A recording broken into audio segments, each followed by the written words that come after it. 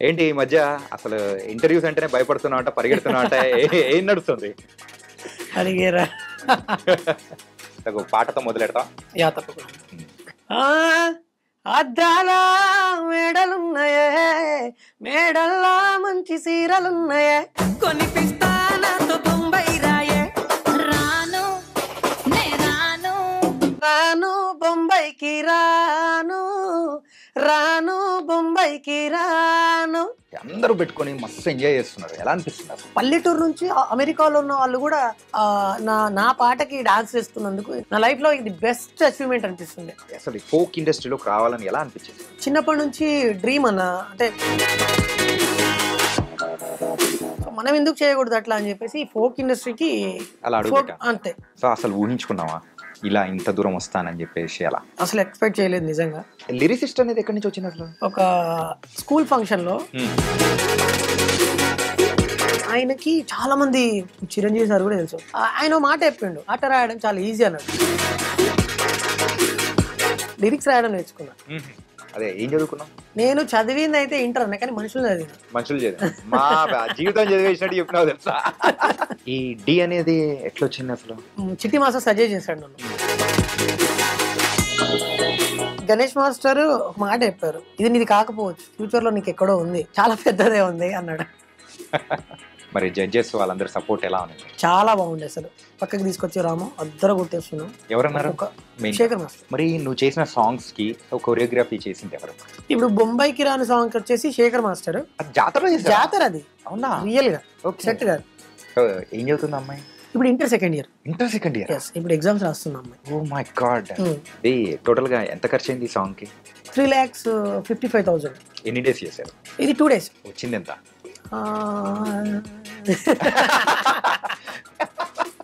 అది ప్రజెంట్ అయితే ఒక. సో ఇంతకు రిలేషన్ లో ఉన్నావా? వాళ్ళు అట్రాక్ట్ అవుతుంటారు. సో ఒక నార్మల్ ఫ్యామిలీ నుంచి వచ్చావు, ఈవెన్ నువ్వు చెప్పినట్టు సో ఇంట్లో బియ్యం కూడా ఉండేవి కాదన్నా అని చెప్పేసి అని అన్నావు కదా, ఎట్లా ఫీల్ అవుతున్నారు? వాళ్ళకు ఒక డ్రీమ్ అంతే, ఐ డ్రీమ్.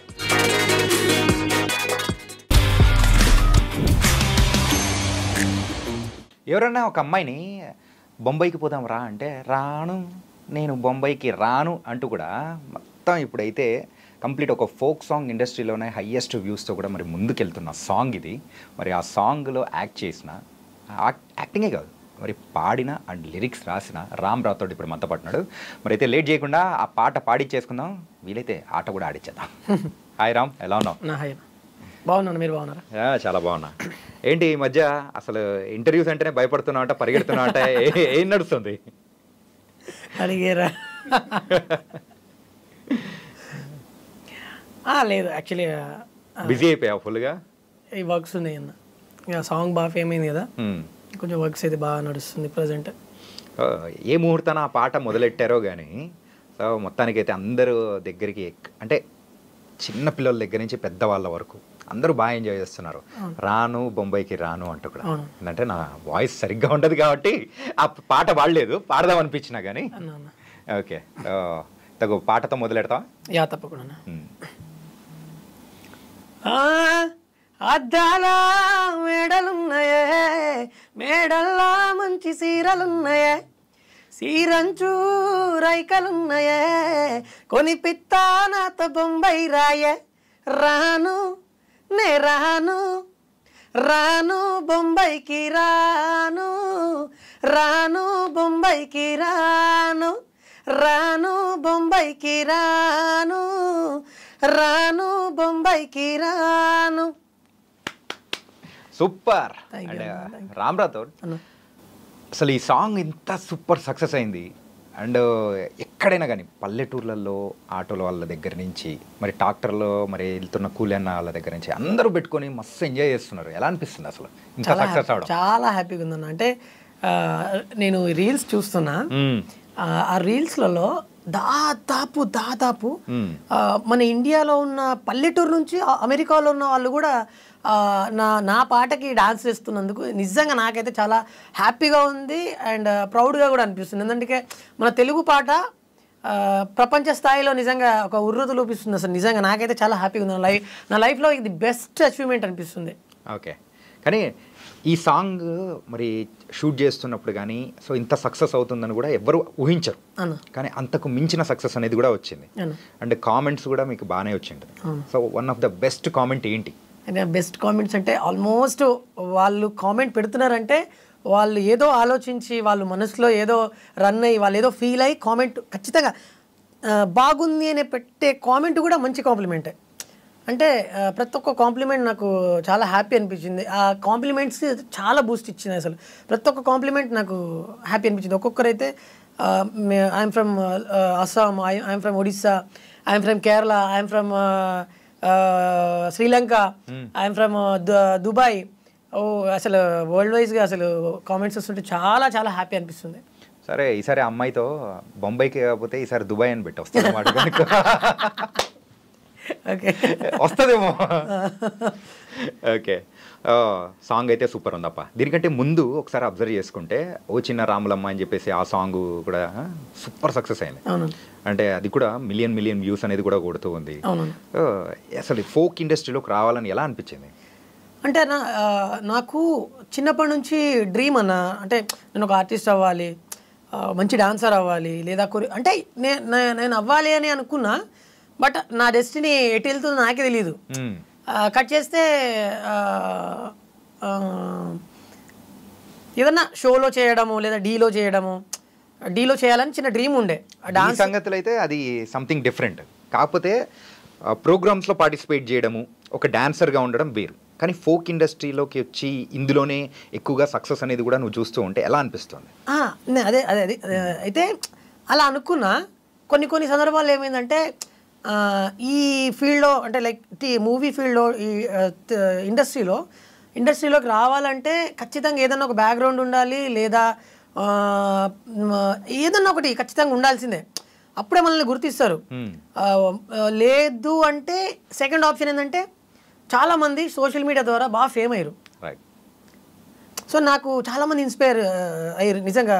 లైక్ మన షణ్ముఖ్ కానివ్వండి, తర్వాత బిత్రి సతన్న కానివ్వండి, తర్వాత చాలామంది సోషల్ మీడియాలో వీళ్ళు బాగా ఫేమ్ అయ్యారు. అరే వీళ్ళు ఫేమ్ అయిన తర్వాత ఆటోమేటిక్ ఇండస్ట్రీ ఇన్వైట్ చేస్తుంది కదా వీళ్ళని. సో మనం ఎందుకు చేయకూడదు అట్లా అని చెప్పేసి ఫోక్ ఇండస్ట్రీకి అంతే అలా అడుగుపెట్టిన. ఎన్ని సంవత్సరాలు అయింది ఈ సాంగ్స్ ఇలా చేసుకుంటూ, ఫోక్ సాంగ్స్ చేసుకుంటూ? ఆఫ్టర్ లాక్డౌన్ అంటే ఒక 3-4 years అనుకోవచ్చా? అంతేనా? ఓకే. సో ఈ 3-4 yearsలో ఇప్పటివరకు ఎన్ని సాంగ్స్ చేసావు? సాంగ్స్ అయితే నేను మేబీ ఒక 100 పాడి ఉంటానా. 100 దగ్గరలో పాడడం. మరి కొరియోగ్రఫీగా చేసుకోవడం కానీ, సో అందులో నువ్వు యాక్ట్ చేయడం కానీ? నేను యాక్ట్ చేసింది ఒక 40 దగ్గర ఉన్నాయినా. అంటే ఇంకా రిలీజ్ అయ్యేటి ఉన్నాయి, పెండింగ్ ఉన్నాయి, చాలా సాంగ్స్ ఉన్నాయి, అవి రిలీజ్ అయ్యేటి ఉన్నాయి. ఇప్పుడు ఒక్కొక్కటి అయితే 1.5 year కింద చేసిన సాంగ్స్ ఇప్పుడు రిలీజ్ అవుతున్నాయి.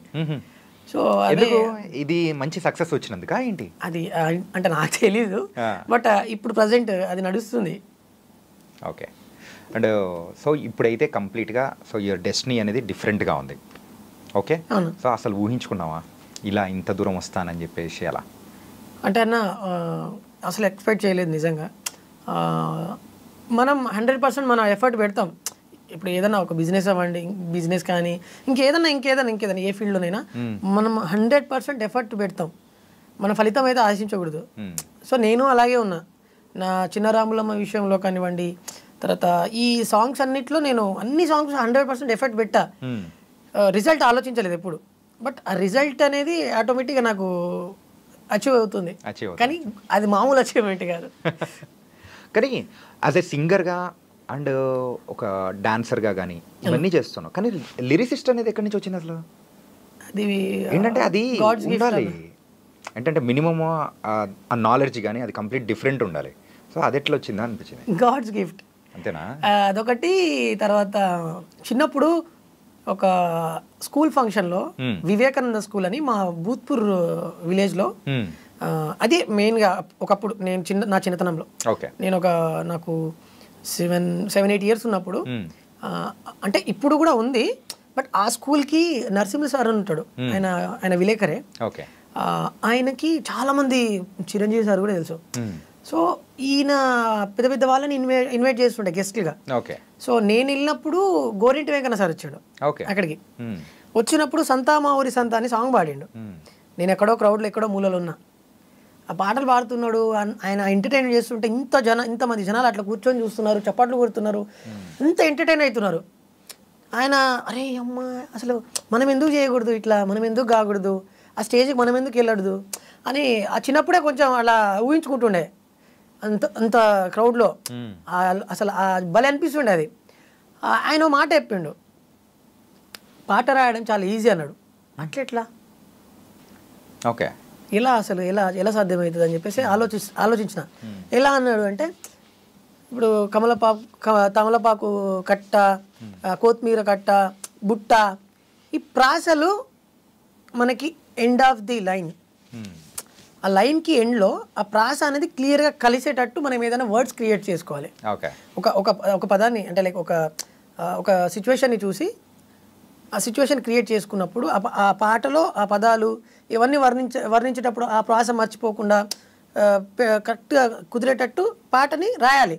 అందుకేనేమో ఈ బొంబాయికి సాంగ్ దాంట్లో అయితే స్టార్టింగ్ మరి మేడ అంటావు, మేడ తర్వాత చీర అంటావు, చీర తర్వాత చీర అంచు అంటావు, తర్వాత బొంబాయి తీసుకుపోతారా అన్నీ ఉన్నాయి అంటావు. సో అలా వచ్చిందేనా ఇది కూడా? అద్దాల మేడలు ఉన్నాయే, మేడల్లా చీరలు ఉన్నాయే, చీరంచు రైకలు ఉన్నాయే, కొనిపిత్తా నాతో బొంబాయి రాయే. ఆ ఎండింగ్లో ప్రాస అనేది ఖచ్చితంగా ఉండాలి.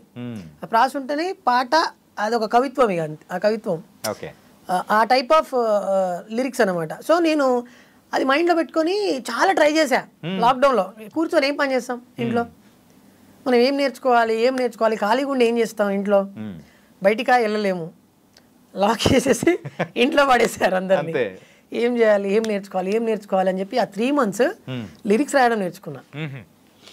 ఓకే, మనకి ఎప్పటికైనా యూజ్ అవుతుంది. బతుకుతామా చచ్చిపోతామా అది తర్వాత విషయం, ఒకవేళ బతికితే మనకి ఇది యూజ్ అవుతుంది ఖచ్చితంగా అని చెప్పి లిరిక్స్ రాయడం నేర్చుకున్నా. బాగా థింక్ చేసేటోని, నైట్లో అయితే నిద్రపోకపోయేది అసలు. ఓకే, అసలు ఫుల్ లిరిక్స్ మీద పెట్టేసావు అన్నమాట. ఫస్ట్ ట్యూన్ పాట అనుకోవాలి, మనం ఎందుకు రాయకూడదు కొత్తగా పాటలు, ఎందుకు క్రియేట్ చేయొద్దు. అట్లా ట్యూన్స్ మైండ్లో అనుకోవడం, దానికి తగ్గట్టు లిరిక్స్ మైండ్లో అనుకోవడము, అట్లా పాటలు ఇన్ని పేజీలు అయిపోతుండే. అంటే అంత కష్టపడేటోని. అంటే లైక్ నైట్ 1, 2, 3 అయ్యేది ఆలోచించడానికి. అప్పుడు ప్రశాంత్ మా ఇంట్లో లొల్లి. ఎందుకు అంటే మా పెద్ద ఫ్యామిలీ మాది, పిల్లలు అంతా మేము 5 మంది మా పేరెంట్స్కి, అందరికి పెళ్ళిళ్ళు అయిపోయినాయి. లాక్డౌన్లో చిన్నపిల్లలు ఇంకంతా ఇంట్లో ఎట్లుంటుంది, లొల్లి ఎట్లుంటుంది. అందరు పడుకున్న తర్వాత కొంచెం మైండ్ ఫ్రీ ఉంటుంది. ఆ టైంలో 1, 2, 3 గంటల వరకు మేలుకొనే. సో నీ మైండ్లో లొల్లి అప్పుడు మొదలయ్యేది. ఇంట్లో లొల్లి మొత్తం ఉదయాన్నే ఉంటే నీ మైండ్లో లొల్లి నైట్ ఉండేది. అవును, సూపర్. అంటే నువ్వు లాస్టా? అవునన్నా. ఓకే, ముందు అక్క అన్న పెద్ద అన్నయ్య ఉన్నాడు, అన్నయ్య తర్వాత అక్క, తర్వాత చిన్నన్న, నేను, మా చెల్లి. ఓకే, అలాగే ఏం చదువుకున్నావు నువ్వు? అంటే లిరిక్స్ గురించి కానీ నాలెడ్జ్ కానీ భలే చెప్తున్నావు అసలు. అన్న అదే ఏం చదువుకున్నావు? నేను చదివింది అయితే ఇంటర్ అన్న, కానీ మనుషులు చదివిన. మా జీవితం చదివేసినట్టు చెప్పినావు తెలుసా. ఓకే, అంటే నలుగురిలో తిరుగుతున్నప్పుడు 10 మంది, ఇప్పుడు మనం వాళ్ళ ఏమంటారు కదా, సావాసం చేస్తే అది వస్తుందని. లైక్ నేను తిరిగిన వాళ్ళందరూ కొంచెం మంచిగా ఉన్నారన్న అందరూ.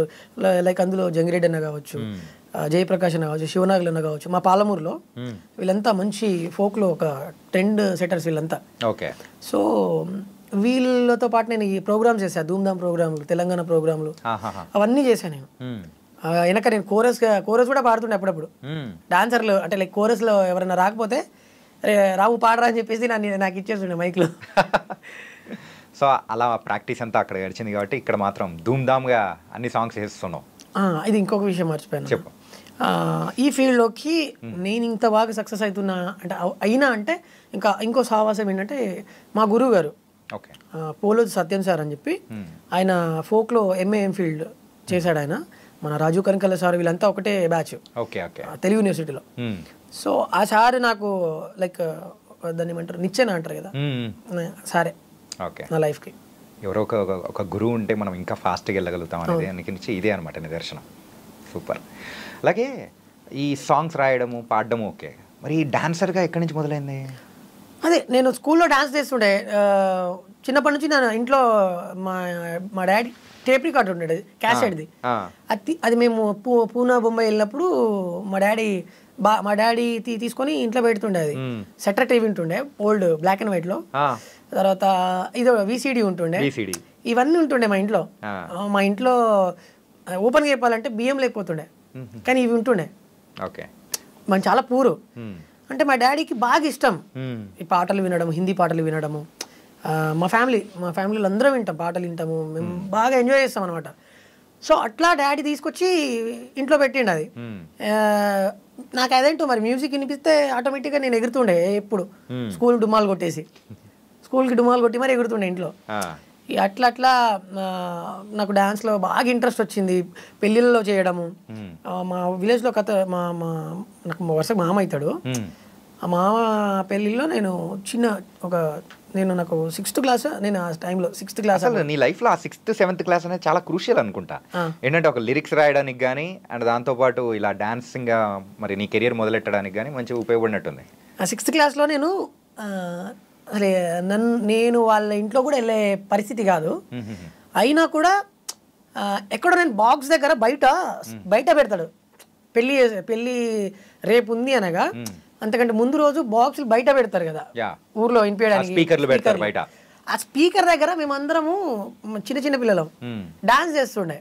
ఆ స్పీకర్లో నిల్చొని డాన్స్ ఎగురుతుంటుంటే నేను ఒక్కడే వెరైటీ చేస్తుండే. అంటే లైక్ నా మూమెంట్స్, బాడీ మూవ్స్ అంతా డిఫరెంట్ ఉంటుండే. అది చూసి ఆ ఇంట్లో వాళ్ళందరూ చూసి నైట్ నన్ను స్టేజ్ ఎక్కిచ్చేసి డైరెక్ట్ వాళ్ళు స్టేజ్ ఎక్కిచ్చి, అరే చేయరా డాన్స్ బాగా చేస్తాను, నీకు పైసలు ఇస్తామన్నారు. అమ్మ పైసలు ఇస్తారా, డాన్స్ చేస్తే పైసలు ఇస్తారా, డాన్స్ చేస్తే పైసలు ఇస్తారా అని చెప్పి, సరే ఓకే బాగుంది అని చెప్పి డాన్స్ చేసా. సాంగ్ చమ్కా చమ్కా చమ్కీ చిరుత సాంగ్ అప్పుడే రిలీజ్ అవుతుంది. సాంగ్స్ ఆడియో రిలీజ్ అయింది. సో అది బాగా వైరల్ అవుతుంది సాంగ్ అప్పటికే. ఇక నాకు అది బాగా నచ్చింది పాట. ఆ సాంగ్కి నేను డాన్స్ చేశా. నాకు ఆ టైంలో ఆ పెళ్లి కొడుకు ఎవరైతే ఉన్నాడో ఆయన 100 రూపీస్ ఇచ్చిండు నాకు వచ్చి. నాకు 100 రూపీస్ అంటే వామ్మో ఇదేంది అనుకున్నా. 100 అంటే మనకి ఇప్పుడు 1000తో లెక్క. 1000 కూడా కాదు, 1 lakh నాకు అంటే ఆ సిచ్యువేషన్ అప్పుడు లైక్ ఓకే డాన్స్ చేస్తే ఇలా ఉంటుంది అని చెప్పి నాకు ఇంకా బాగా ఇంట్రెస్ట్ వచ్చింది. ఇంకా చేయాలని చెప్పి. సో ఆ రోజు నుంచి స్టిల్ ఈ రోజు దాకా డాన్స్ అంటే ప్రాణం. డాన్స్ చేస్తూనే ఉంటా, ఏదో ఒకటి నా మైండ్లో నడుస్తూనే ఉంటుంది ఈ ఫీల్డ్ వరకు. మరి ఈ డి అనేది ఎట్లా వచ్చింది అసలు?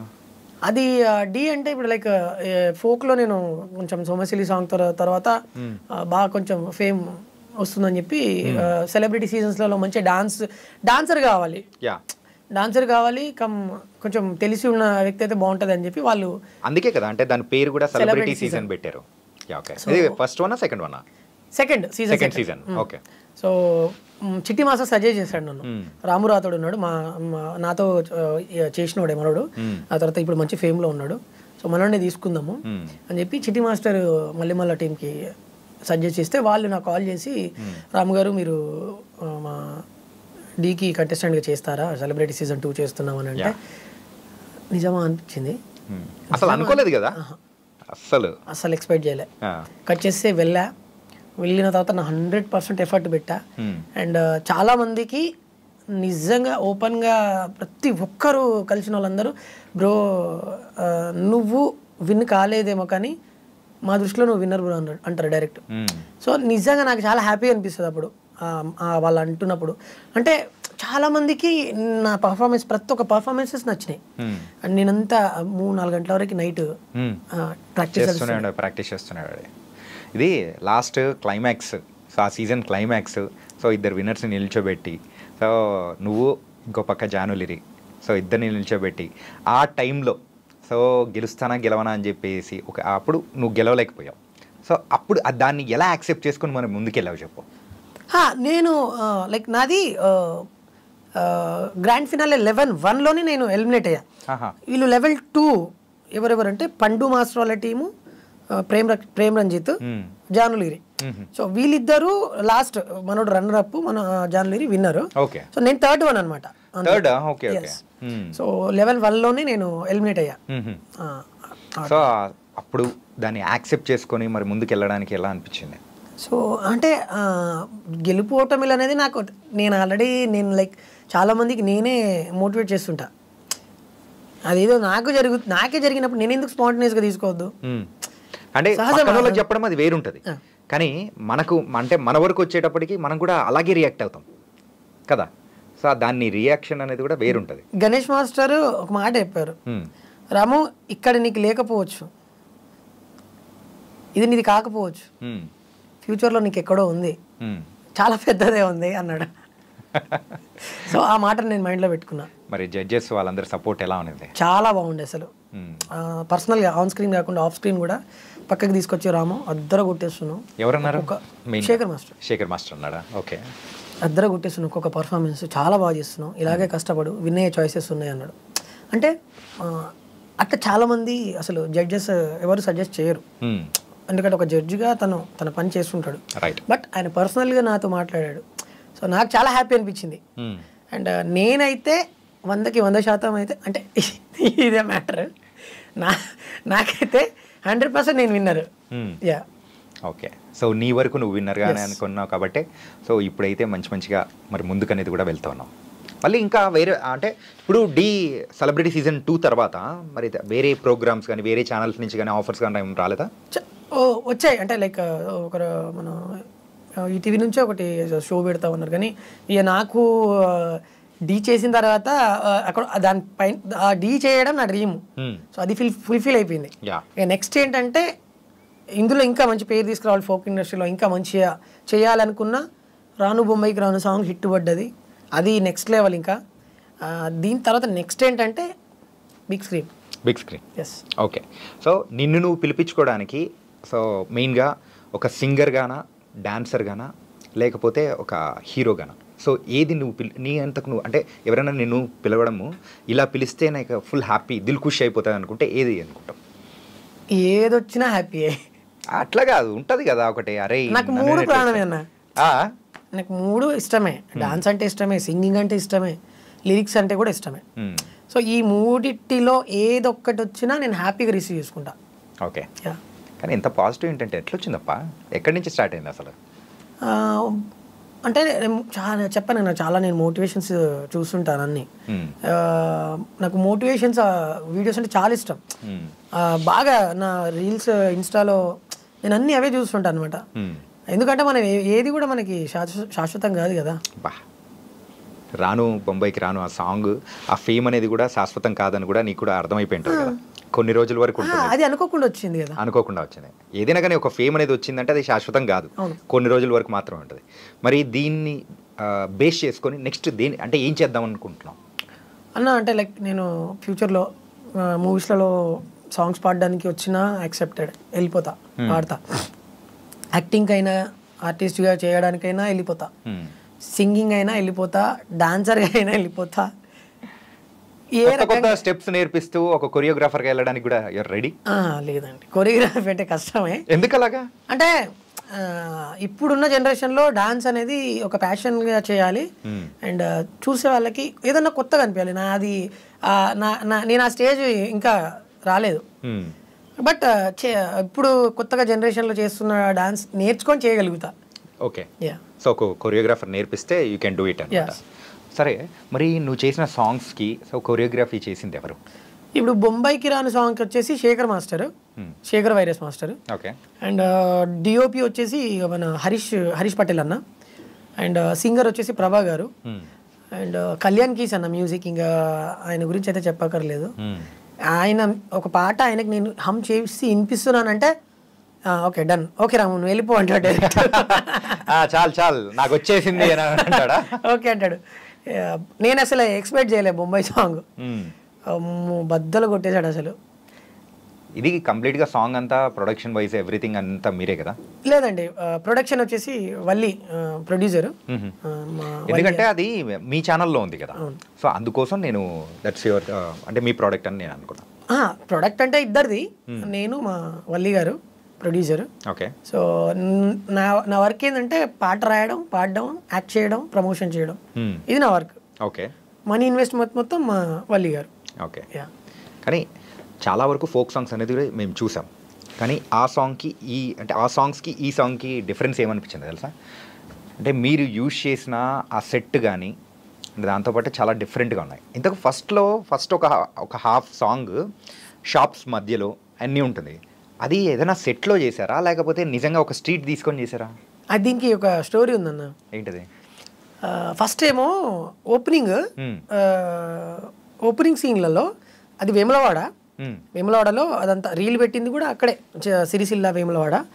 వన్ డేలో మొత్తం సాంగ్ అయిపోకూడదామని చెప్పేసి ఆ స్ట్రీట్లలో అక్కడక్కడ మొత్తం చేసాం వేములవాడ జాతరలో. జాతర అది రియల్ గా సెట్ కాదు. జనాలందరూ దాదాపు వేలలో ఇలా చూస్తున్నారు మమ్మల్ని. అదే నాకు అర్థం కాలేదు, అంతమందిని ఆపేసి అట్లా చూస్తుంటే అరే ఇది సెట్టా లేకపోతే ఏంటి ఇది రియల్గానా అర్థం కాలేదు. అంటే మేము ఎక్కువ టైం తీసుకోవాలి యాక్చువల్లీ, నిజంగా చెప్పాలంటే 1.5 hours మేము అక్కడ షూట్ కంప్లీట్ చేసుకున్నాం. ఇది ఆ ఫస్ట్ హాఫ్. ఓ అంటే మేము శేఖర్ అసలు నాకేమైందో తెలియదు, అక్కడ డాన్సర్లకు ఏమైందో తెలియదు అసలు. నాకు తెలిసి దేవుడి కృప నాకు తెలిసి అది వేములవాడ రాజన్న నడిపించినట్టు. ఎస్, నిజంగా అంతమంది క్రౌడ్ ఉన్నారని చెప్పేసి మేము అంటే లైక్ మాది కాన్సన్ట్రేషన్ కూడా పోతలేదు, సాంగ్ పైనే ఉంది. ఊపు వస్తుంది ఆడియన్స్ని చూస్తుంటే. వాళ్ళు అంటే మాకు అదేందో మరి చలో చలో చలో రెడీ కానీ ఇలా ఉంది. మాస్టర్ కూడా ఫుల్ జోష్లో ఉన్నాడు. ఆ అమ్మాయి కూడా లిఖిత కూడా వెనకొచ్చిన డాన్సర్లు యాక్టర్స్ వాళ్ళందరూ అలా కుదిరిపోయింది. అసలు సమ్మునిట్లు వెళ్ళిపోయింది సాంగ్ మొత్తం. సో 1.5 hours కంప్లీట్ చేసేసినాము. టేక్ అయిపోయిందా మొత్తం, క్రౌడ్ అంతా పంపించేస్తున్నాం. మళ్ళీ టేక్ వచ్చిందా ఆపేస్తుంది ఒక 1 minute 2 minutes లో టేక్ అయిపోతుంది. సో పోలీసుల దగ్గర నుంచి వాళ్ళ దగ్గర నుంచి ఏమి ప్రాబ్లమ్స్ ఏమి రాలేదా? లేదు, ఎందుకంటే మేము వాళ్ళకి ఏ ఇబ్బంది లేకుండా చేసినాం సాంగ్. ఓకే, ఎవరికి కూడా ఇంత ఇబ్బంది కలగకుండా చేసినాం. అది హైలైట్ అసలు. అదే కొంచెం ఆశ్చర్యం వస్తుంది. ఇప్పుడు కెమెరా పట్టుకొని మనం అట్లా రోడ్డు మీదకి వెళ్ళామంటే యూజువల్గా చేస్తూ ఉంటే ఒక కాన్షియస్నెస్ వచ్చేస్తుంది. ఆ పోలీసులు వస్తున్నారా, ఎవరన్నా వాళ్ళ ఒక బండి ఎట్లా పోతున్నా కానీ అయ్యో అని మనం భయపడుతుంటాం. అదే టేక్ అయిపోయిన తర్వాత నేను తెలివిగా జనాలందరూ ఇక్కడ తీసుకొచ్చేస్తున్నా కదా, వాళ్ళందరూ ఫోటోలు దిగడానికి వస్తున్నారు. ఓకే, అట్లా కాబట్టి హ్యాపీగా చేసేసుకున్నారు అనమాట. దెన్ ఆ తర్వాత నెక్స్ట్ సెకండ్ హాఫ్ విషయానికి వచ్చేటప్పటికి బ్యాక్గ్రౌండ్ ఆర్టిస్ట్గా చేసిన వాళ్ళకు కూడా ఏంటంటే వాళ్ళను ఏదో బ్యాక్గ్రౌండ్ డాన్సర్స్గా అట్లా లేకుండా వాళ్ళకు కూడా ఒక డిఫరెంట్ కాన్సెప్ట్ ఇచ్చి చేపించారు. అంటే నీ బైక్ తోలుతూ ఉన్నట్టు ఒక జోకర్ లాగా, ఇంకొకరు ఏంటంటే పోలీస్ ఆఫీసర్ లాగా, దొంగగా, ఇట్లా అన్నీ ఒక్కొక్కరికి ఒక్కొక్క డిఫరెంట్ భలే ఉందప్ప. నాకు ఫోక్ సాంగ్స్ చూస్తూ ఉంటాం, వినడానికి ఏం చేస్తాం, కానీ ఇది చూడడానికి కూడా బాగుంది. అది క్రెడిట్ అంతా శేఖర్ వైరస్ మాస్టర్. అసలు ఆ సాంగ్ పంపించిన తర్వాత ఆయన ఏదేదో మాట్లాడిండు. ఫస్ట్ రాము ఇగో ఇంట్లో ఒకటి దొంగోడు ఉంటాడు, ఒకటి పోలీసుడు ఉంటాడు, ఇట్లా జోకరోడు ఉంటాడు, వీళ్ళు ఒక్కొక్కరు ఒక్కొక్క యాక్ట్ చేస్తుంటారు. ఇక్కడ వీడేమో వీడు దొంగతనం చేస్తున్నప్పుడు పోలీసుడు వాడు ఎంబడి వెళ్ళడము, ఒక లడ్డా ఆమె ఉంటుంది, ఆమె పాప్కార్న్ తినుకుంటూ ఉంటుంది. జాతర లైక్ ఆ జాతర ఆ ఫ్లేవర్ కనిపించాలి మొత్తం. నేను ఇలా అనుకుంటున్నా అని చెప్తే నాకేం అర్థం కాల, అసలు ఏం అర్థం కాల. కట్ చేసి ఎడిట్ చేసి అదంతా చేసిన తర్వాత ఫ్యూజ్ అవుట్ అయిపోయింది నాకు. ఏంది మాస్టర్ ఇది అనుకున్నా, అయిపోయింది ఇక కథం, ఇది సాంగ్ దొరకదు అని చెప్పి నేను మైండ్లో ఫిక్స్ అయిపోయాను.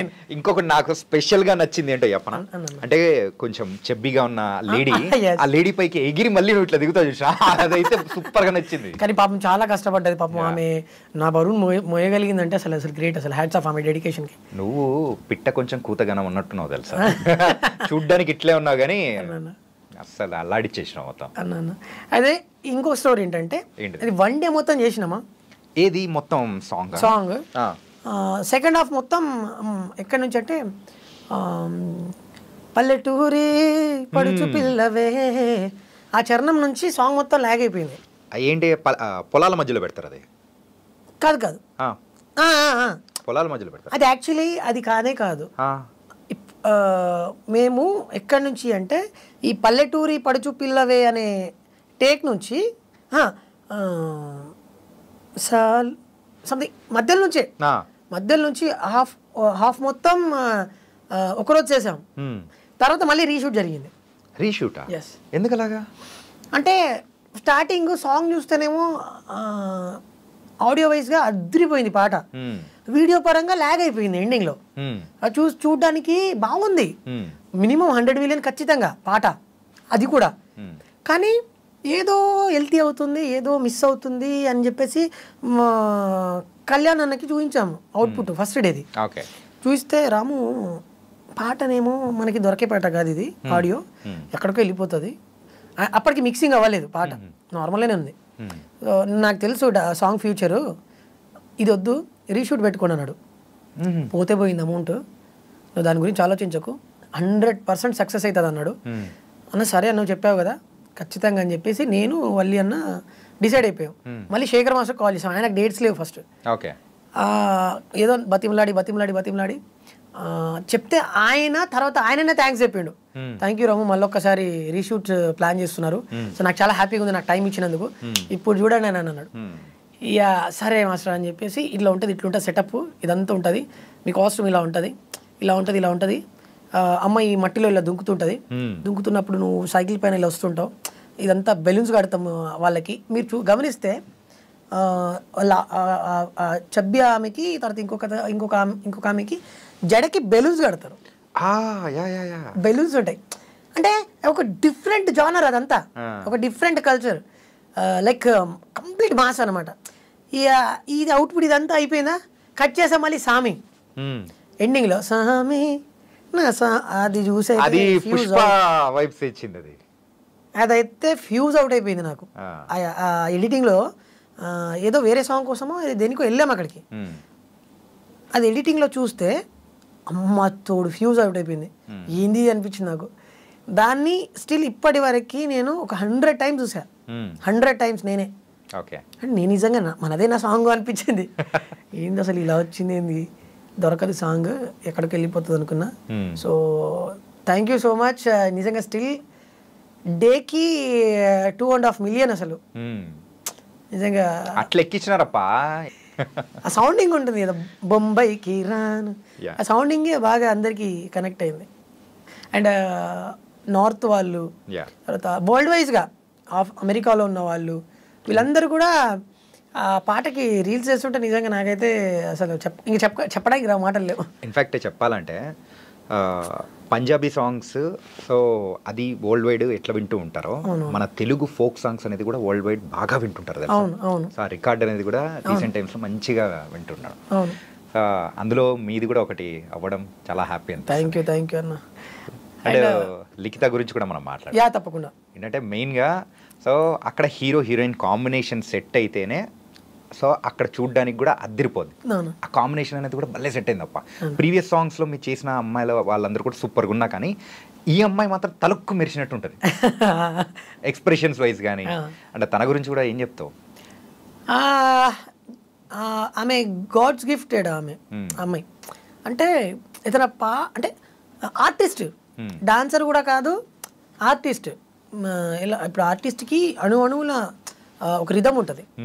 ఏదైనా సాంగ్ ఇస్తే ఆ సాంగ్కి తగ్గట్టు మోడలే దాన్ని ఏమంటారు ఇమిడిపోతారు. లైక్ అలాంటి సిచ్యువేషన్ ఉంది అమ్మాయికి. అంటే అమ్మాయికి ఏ పాట ఇచ్చినా చిటికలో ఇలా ఎక్స్ప్రెషన్స్ ఇవ్వడము, ఆ పాటలో ఇన్వాల్వ్ అయిపోవడము. అంటే ఇంత చిన్న ఏజ్లో ఆ అమ్మాయి నిజంగా గాడ్ గిఫ్టెడ్ వాళ్ళ పేరెంట్స్కి. ఏం చదువుతుంది అమ్మాయి? ఇప్పుడు ఇంటర్ సెకండ్ ఇయర్. ఎస్, ఇప్పుడు ఎగ్జామ్స్ రాస్తుంది అమ్మాయి. Oh my god. అంటే ఈవెన్ అమ్మాయిని చూస్తూ ఉంటే సో కొంచెం పెద్ద అమ్మాయి లాగా అనిపించడం కానీ. అదే అందుకే నేను గాడ్ గిఫ్టెడ్ అంటున్నా.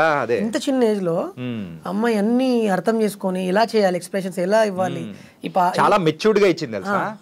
అరే ఇట్లా కూడా ఇస్తారా, మంచి ఎక్స్ప్రెసివ్ గా భలే అనిపించింది నాకు. ఆ అమ్మాయి చేస్తున్నప్పుడు, నేను ఇప్పుడు లైక్ కో యాక్టర్ కదా, అమ్మాయి చేస్తున్నప్పుడు అరే ఇంకా ఏం చేయాలి నీకే అనిపించేలా చేసిందా? అంటే ఈ అమ్మాయి ఇంత బాగా చేస్తుంది, నేను డల్ అయిపోతా అని చెప్పి అప్పుడప్పుడు కొంచెం నాకు నర్వస్ ఉంటుండే. లేదు తగ్గొద్దు ఇంకా చేయాలి అని చెప్పి పోటీ చేస్తుండే ఇద్దరం.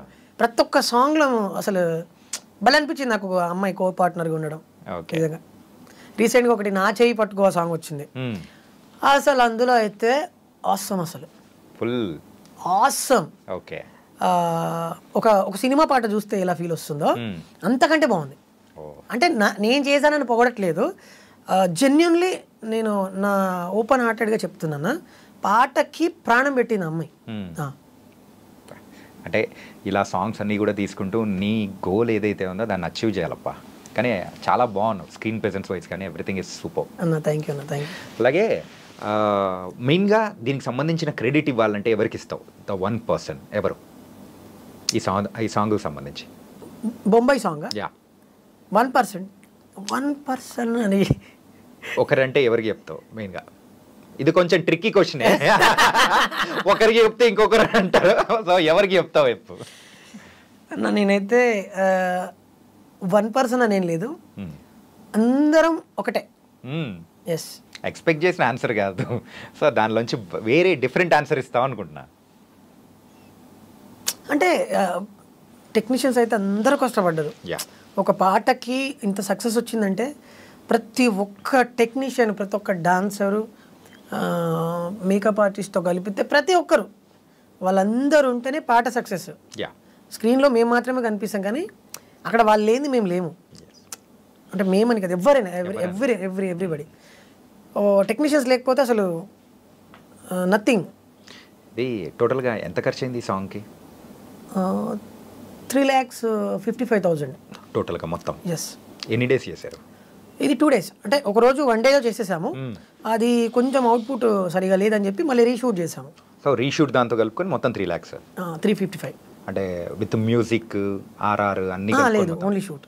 Only shoot. Yes. Shoot 3, so ఇంకా మ్యూజిక్ మొత్తం వేసుకొని ఒక 2. అంతే. టోటల్గా 5 lakhs అనమాట. ఎస్. వచ్చింది ఎంత?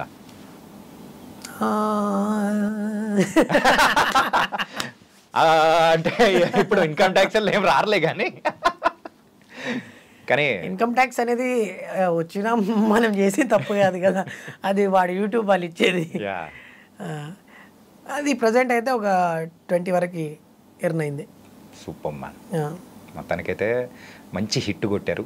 ఇంకా నెక్స్ట్ ఎన్ని సాంగ్స్ రాబోతున్నాయి నువ్వు అండ్ లిఖిత కాంబినేషన్లో? ఎందుకంటే ఒక హిట్ పేరు అనే ఒక ముద్ర పడిపోయింది ఇద్దరికి.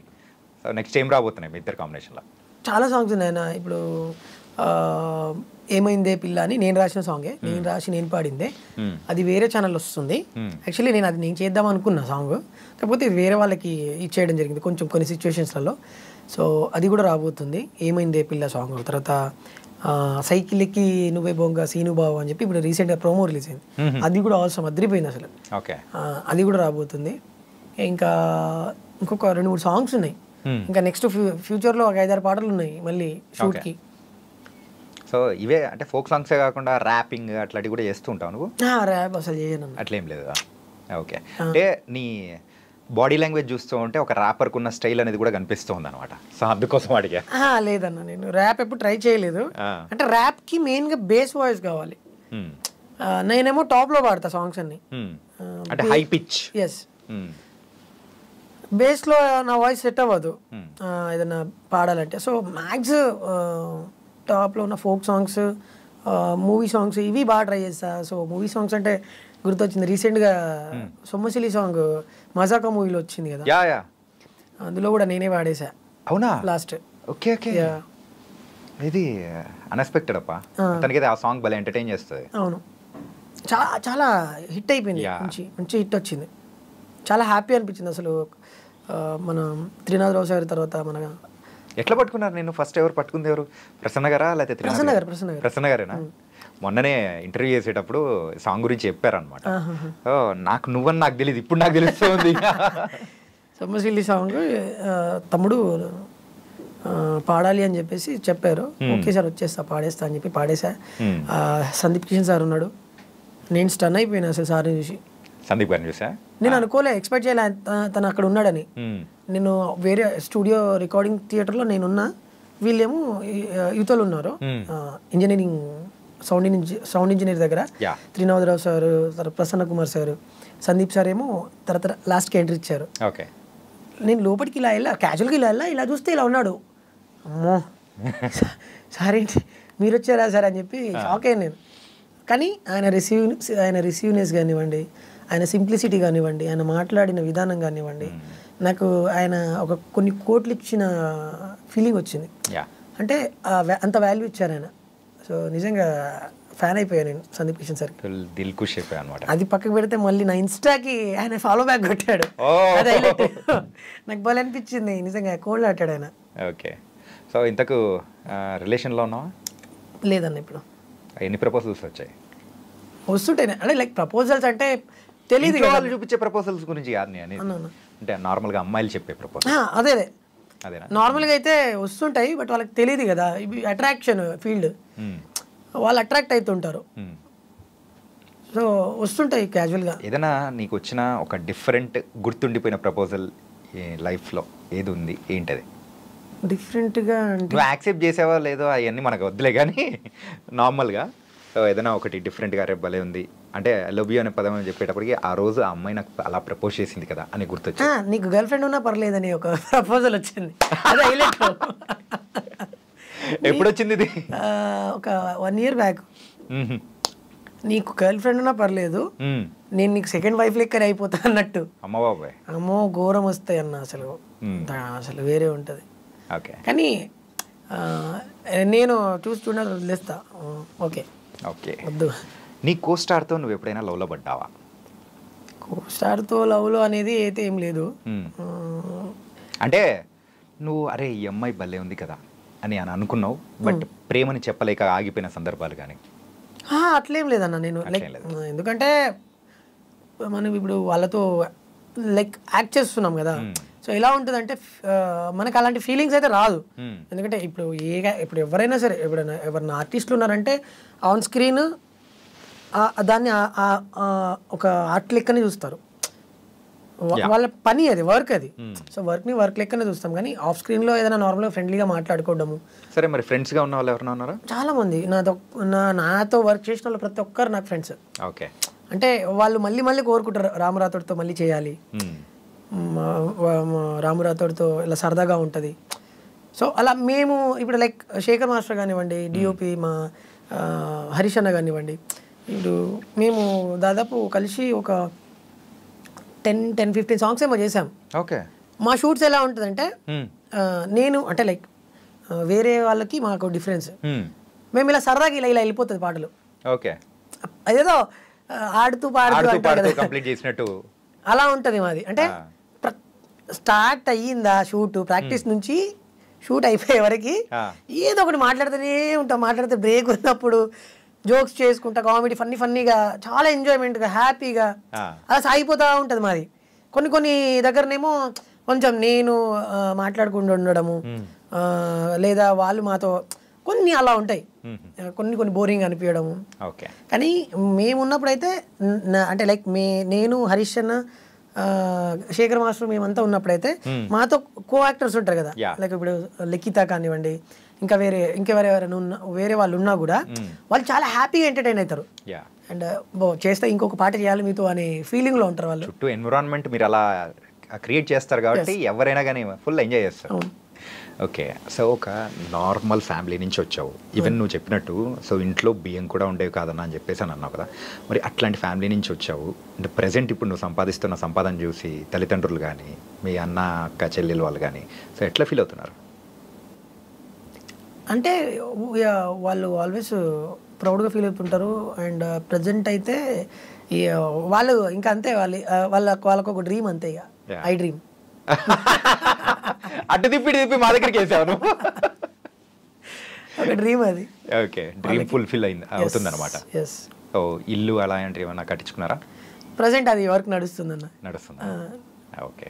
ప్రజెంట్ ఇప్పుడు అదే వర్క్లో ఇప్పుడు వర్క్ నడుస్తుంది.